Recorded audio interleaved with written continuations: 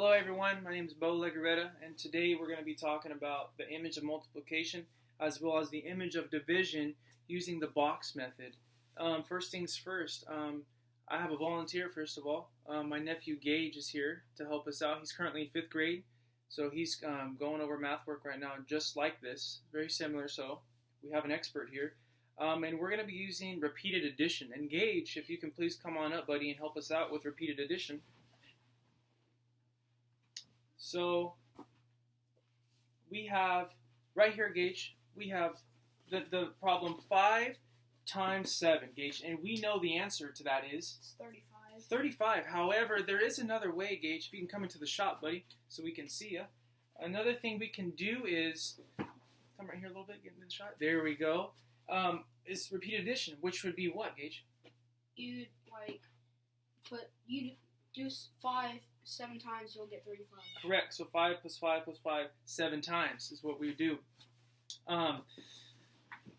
Another thing we have here is called an array. Now, Gage, can you help us explain what an array is? An array is like basically you're doing rows, but like you're gonna do 5 rows of 7 each. Correct. So you're gonna do 5 rows, and then you're gonna have 7 going across, which will equal out to our total of 35. 35. So can you stay in the shot, buddy? There we go. So that's going to be our repeated addition section of the image of multiplication. We have another thing here which is called image of division, which is the box method. Now, Gage has already worked this out for us, and he's worked the problem out, and he has the answer for us. So I'm going to set aside our poster, and we'll come back to that a little later. But we're going to move on to Gage's work, which is he worked on the whiteboard already. He already worked it out.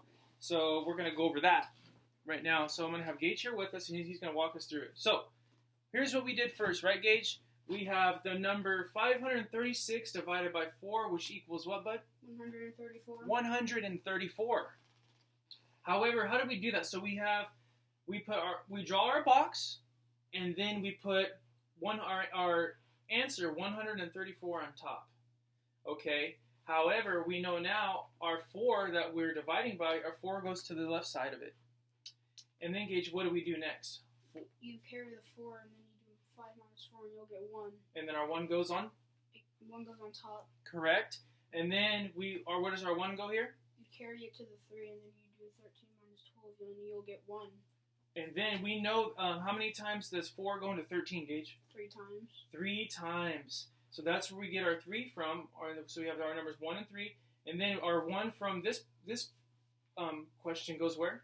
It goes to the 6. And then you do 16 minus 16, you'll get 0. Correct. And then 4 goes into 16 4 times. Awesome job, Gage. Then you'll get 134. 134 is our answer, and that is the beautiful box method that we did. And I know this helped Gage out because he was able to look and manipulate the problems visually and get a good idea of where the problems needed to go. And he seemed to really gravitate towards this strategy. And I think it really helped him out. Pretty good. Thanks, bud. We'll call you back a little later. So we're going to talk about a few things here before I get back to my poster. How will these strategies help students learn the content? Basically, these strategies are very good visuals for these kids.